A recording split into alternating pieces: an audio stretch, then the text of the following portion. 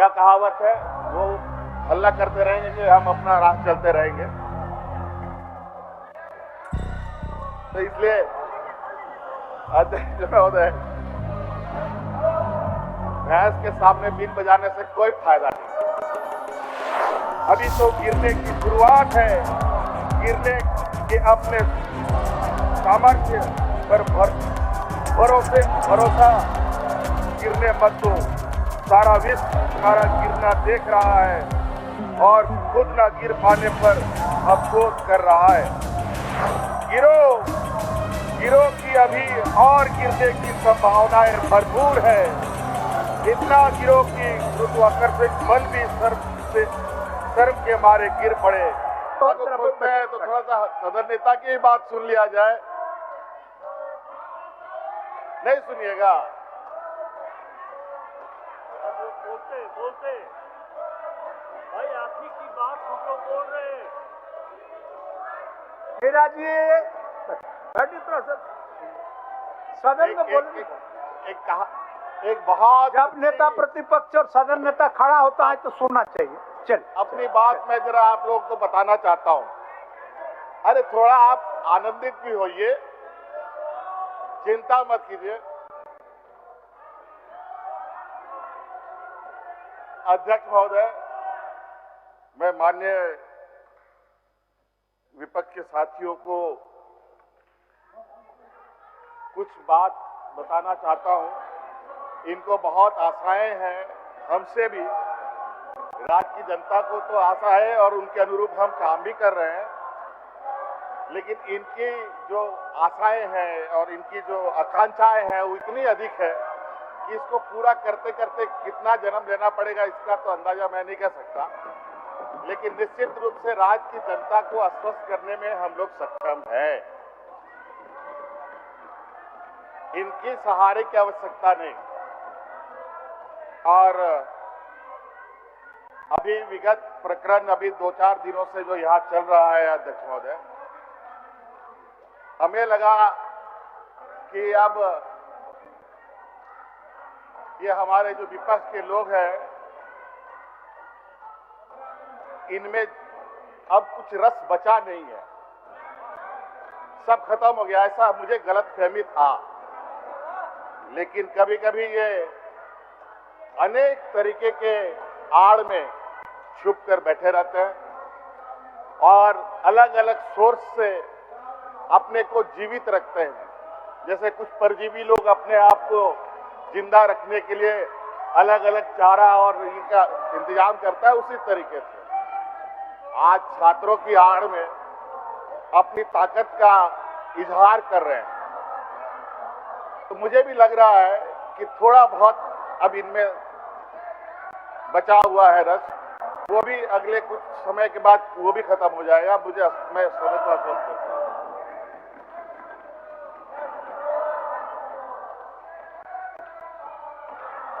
अध्यक्ष महोदय, सरकार की मंशा जेपीएससी से जुड़े विषय डीडीपीएल के द्वारा लिया गया एग्जाम के संदर्भ में आप लोग छात्र के हित में बात रखे नहीं और बात कर रहे हैं तो सुन भी नहीं रहे। कम से कम सुनिए तो। सीआईडी, सीबीआई, सुनिए तो। तरह तरह की चीजों को लेकर सदन में बात आ गई है और सरकार की मंशा पूरे राज्य को पता है और सदन के माध्यम से भी बताया गया है। लेकिन हमारे विपक्ष इस राज्य के भविष्य, इस राज्य के आने वाली पीढ़ी को क्या सही और क्या गलत है उसको ना समझ पाए, इसके लिए निरंतर इनका माननीय सदस्य, अब इनको लगता है कि विगत 6-7 सालों में इनके पास रिपोर्ट बचा नहीं था, तो एक ऐसा दौड़ पर ये दौड़ चले हैं जहां फिर से इनको खाली हाथ ही हासिल होगा।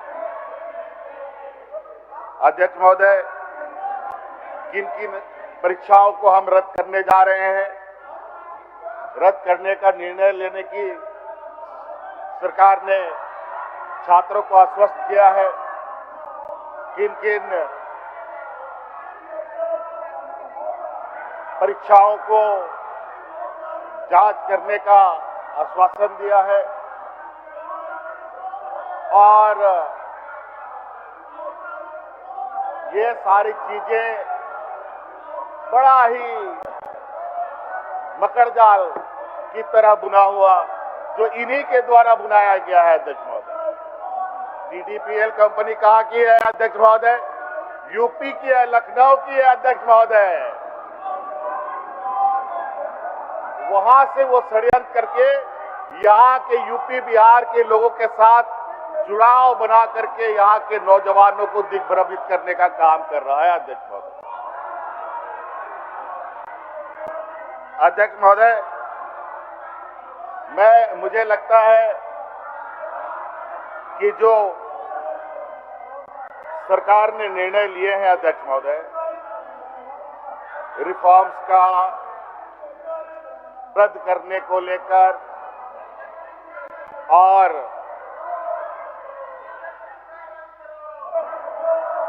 जांच को लेकर बिल्कुल सरकार की मंशा स्पष्ट है और सरकार निरंतर अपने कदम आगे बढ़ा भी रही है। हम आगे कामों को अंजाम तक ना पहुंचा पाए, इसके लिए इनका अपना जो विपक्षी ताकत है उसका दुरुपयोग करने में लगे हैं। लेकिन कोई चिंता नहीं, वो क्या कहावत है, वो हल्ला करते रहेंगे, हम अपना राह चलते रहेंगे। तो इसलिए अध्यक्ष महोदय, भैंस के सामने बीन बजाने से कोई फायदा नहीं, इसलिए हमें अपना काम करते जाना है अध्यक्ष महोदय। और कल जिस तरीके से सरकार और आंदोलनरत छात्रों के बीच में पूरा दिन भर का समय व्यतीत हुआ, आप लोग सदन में व्यवस्था कायम होने नहीं दीजिएगा, सदन की व्यवस्था को कायम करने नहीं दीजिएगा एकदम। और प्रशासन का भी धैर्य का जो परिचय देश में दिया गया वो भी अभूतपूर्व है अध्यक्ष महोदय।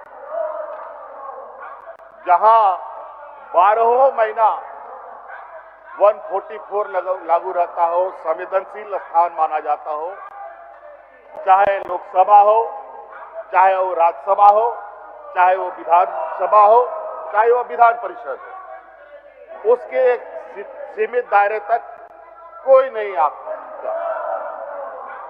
लेकिन ये हमारे जो विपक्ष के लोग जो गेरुआ वस्त्र पहन करके ढोंग रच करके दुनिया को दिग्भ्रमित कर रहे हैं, अब छात्रों का भी चोला पहन करके झारखंड के छात्रों को गुमराह करने में लगे। लेकिन कोई बात नहीं, वो भी परत दर परत हम हटाते रहेंगे, ये हमारा संकल्प। और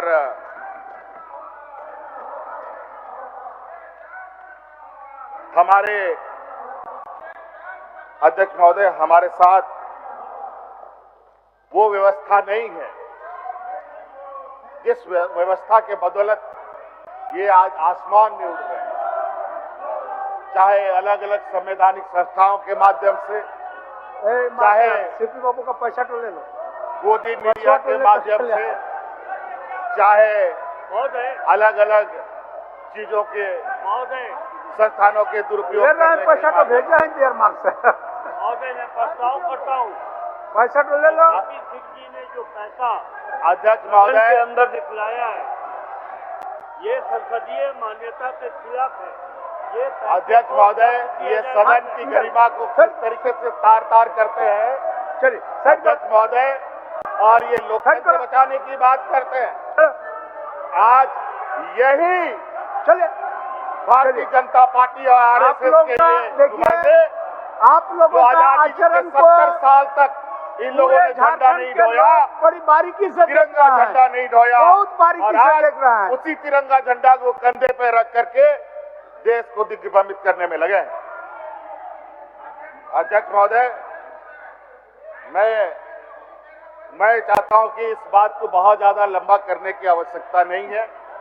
हमारी मंशा स्पष्ट है अध्यक्ष महोदय।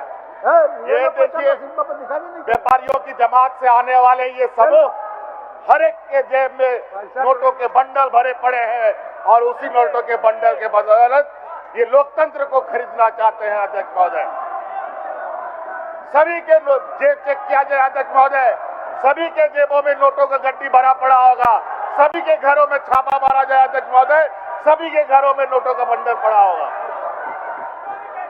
हो गया। और उसी के बदौलत ये लोग मंदिरों का भी, ये लोग मंदिरों को भी नहीं छोड़ा। अध्यक्ष महोदय, हम लोगों ने चौथी जेपीएससी बैकलॉग 23-25 माननीय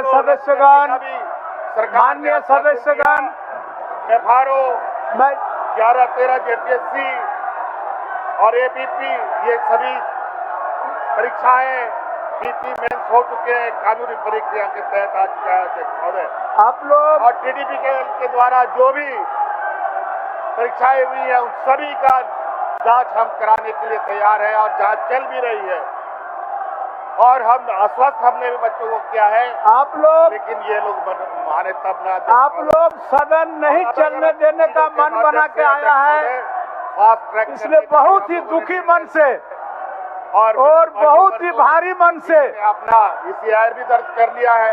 तो जनता का जन समस्या है, उसको भी आप लोगों ने निराकरण करने नहीं दिया।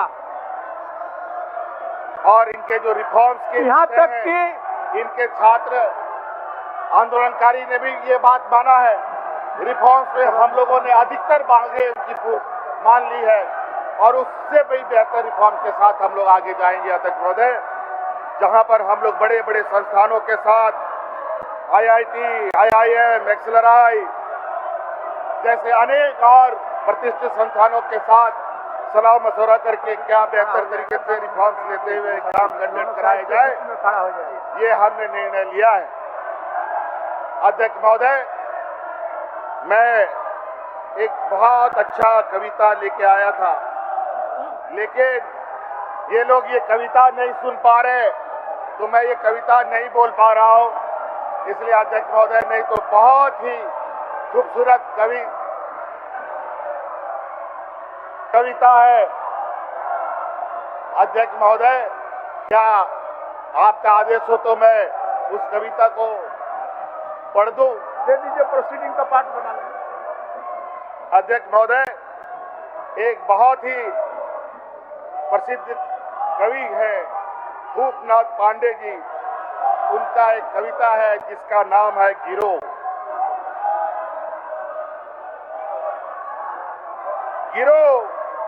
गिरो की अभी और गिरने की संभावनाएं भरपूर है।